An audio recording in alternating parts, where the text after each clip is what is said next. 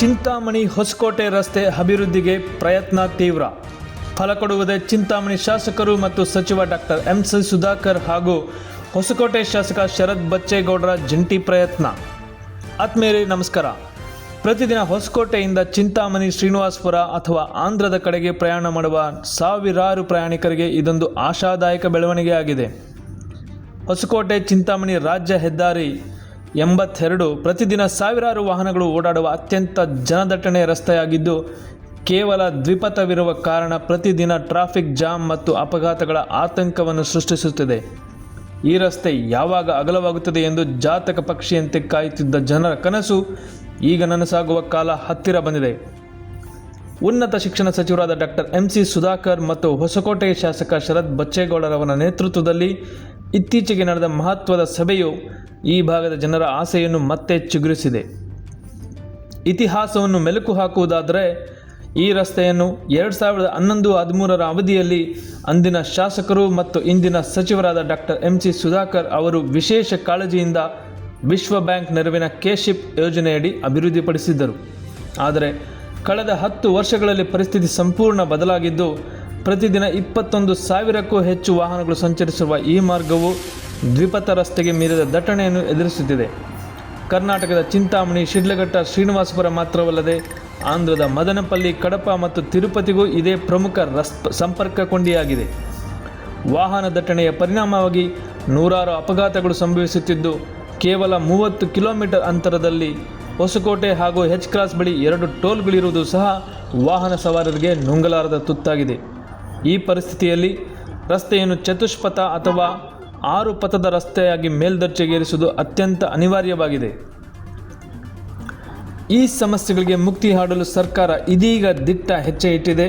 ಈಗಾಗಲೇ ಸಚಿವರಾದ ಹೊಸತರಲ್ಲೇ ಹೊಸಕೋಟೆ ಮತ್ತು ಚಿಂತಾಮಣಿ ರಸ್ತೆಗೆ ಟಾರ್ ಹಾಕಿಸಿ 10 ವರ್ಷ ನಿರ್ವಹಣೆ ಇಲ್ಲದೆ ಸೊರಗಿದ್ದ ರಸ್ತೆಗೆ ಹೊಸ ರೂಪ ಕೊಡಿಸಿದ್ದರು ಡಾಕ್ಟರ್ ಎಂ.ಸಿ. ಸುಧಾಕರ್. ಜೊತೆಗೆ ಕೇಂದ್ರ ಸಚಿವರಾದ ನಿತಿನ್ ಗಡ್ಕರಿ ಅವರನ್ನು ಭೇಟಿ ಮಾಡಿ ಈ ರಸ್ತೆಯನ್ನು ರಾಷ್ಟ್ರೀಯ ಹೆದ್ದಾರಿಯಾಗಿ ಅಭಿವೃದ್ಧಿಪಡಿಸಲು ಮನವಿ ಮಾಡಿದ್ದರು. ಈ ಹಿಂದಿನ ಸಂಸದರಾದ ಮುನಿಸ್ವಾಮಿರವರು ಹಾಗೂ ಹಾಲಿ ಸಂಸದರಾದ ಮಲ್ಲೇಶ್ ಬಾಬುರವರು ಸಹ ಈ ಬಗ್ಗೆ ಮನವಿ ಸಲ್ಲಿಸಿದ್ದಾರೆ. ಆದರೆ ಇದುವರೆಗೂ ಯಾವುದೇ ಪ್ರಯೋಜನ ಆಗಿಲ್ಲ. ಇದೀಗ ಉನ್ನತ ಶಿಕ್ಷಣ ಸಚಿವರಾದ ಡಾಕ್ಟರ್ ಎಂ.ಸಿ. ಸುಧಾಕರ್ ಅವರು ಲೋಕೋಪಯೋಗಿ, ಪೊಲೀಸ್, ಸಾರಿಗೆ ಇಲಾಖೆ ಹಾಗೂ ಸಂಬಂಧಿತ ಹಿರಿಯ ಅಧಿಕಾರಿಗಳೊಂದಿಗೆ ಸಮಗ್ರ ಪರಿಶೀಲನಾ ಸಭೆ ನಡೆಸಿದ್ದು, ಈ ಹೆದ್ದಾರಿಯನ್ನು ಚತುಷ್ಪಥವಾಗಿ ಅಥವಾ ಷಟ್ಪಥವಾಗಿ ಮೇಲ್ದರ್ಜೆಗೇರಿಸುವುದು ಪ್ರಮುಖ ಅಜೆಂಡವಾಗಿತ್ತು. ಈ ಸಭೆಯಲ್ಲಿ ಕಿಯೋನಿಕ್ಸ್ ಅಧ್ಯಕ್ಷರು ಹಾಗೂ ಹೊಸಕೋಟೆ ಶಾಸಕ ಶರತ್ ಬಚ್ಚೇಗೌಡ, ಲೋಕೋಪಯೋಗಿ ಇಲಾಖೆ ಪ್ರಧಾನ ಕಾರ್ಯದರ್ಶಿಗಳು ಹಾಗೂ ಬೆಂಗಳೂರು ವಿಭಾಗದ ಪ್ರಾದೇಶಿಕ ಆಯುಕ್ತರಾದ ಅಮಲಾನ್ ಆದಿತ್ಯ ಬಿಸ್ವಾಸ್ ಮತ್ತು ಚಿಕ್ಕಬಳ್ಳಾಪುರ ಜಿಲ್ಲಾ ಪೊಲೀಸ್ ವರಿಷ್ಠಾಧಿಕಾರಿ ಕುಶಾಲ್ ಚೌಕ್ಸಿ ಉಪಸ್ಥಿತರಿದ್ದರು.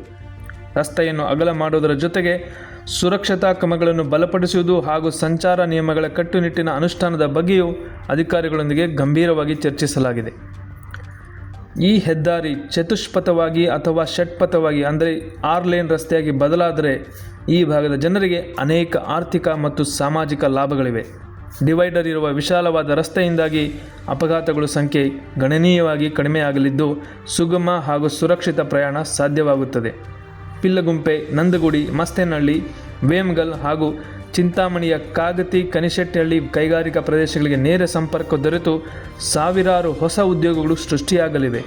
ಜೊತೆಗೆ ಬೆಂಗಳೂರು ವಿಶ್ವವಿದ್ಯಾಲಯ ಹಾಗೂ ಹೊಸಕೋಟೆ, ಚಿಂತಾಮಣಿ ನಡುವೆ ಪ್ರಯಾಣ ಮಾಡುವ ಸಾವಿರಾರು ವಿದ್ಯಾರ್ಥಿಗಳಿಗೆ ಹಾಗೂ ಚಿಂತಾಮಣಿ, ಕೋಲಾರ ಭಾಗದ ರೈತರಿಗೆ ತಮ್ಮ ಕೃಷಿ ಉತ್ಪನ್ನಗಳನ್ನು ವೇಗವಾಗಿ ಮಾರುಕಟ್ಟೆಗೆ ತಲುಪಿಸಲು ಇದು ದೊಡ್ಡ ವರದಾನವಾಗಲಿದೆ.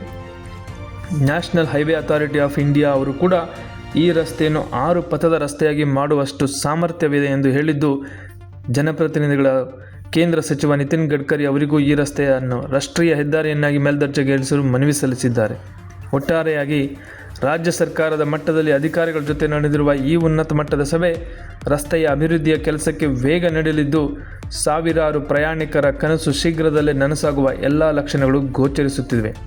ಆತ್ಮೀಯರೇ, ನಿಮಗೆ ಈ ವಿಡಿಯೋ ಇಷ್ಟ ಆದಲ್ಲಿ ದಯವಿಟ್ಟು ಇದನ್ನು ಶೇರ್ ಮಾಡಿ ಹಾಗೂ ನಮ್ಮ ಚಾನಲ್ಗೆ ಸಬ್ಸ್ಕ್ರೈಬ್ ಮಾಡಿ ಹಾಗೂ ಹೊಸಕೋಟೆ ಚಿಂತಾಮಣಿ ರಸ್ತೆಯ ಅಭಿವೃದ್ಧಿಯ ಬಗ್ಗೆ ತಮ್ಮ ಅನಿಸಿಕೆಗಳನ್ನು ಕಮೆಂಟ್ ಮೂಲಕ ತಿಳಿಸಿ. ಧನ್ಯವಾದಗಳು.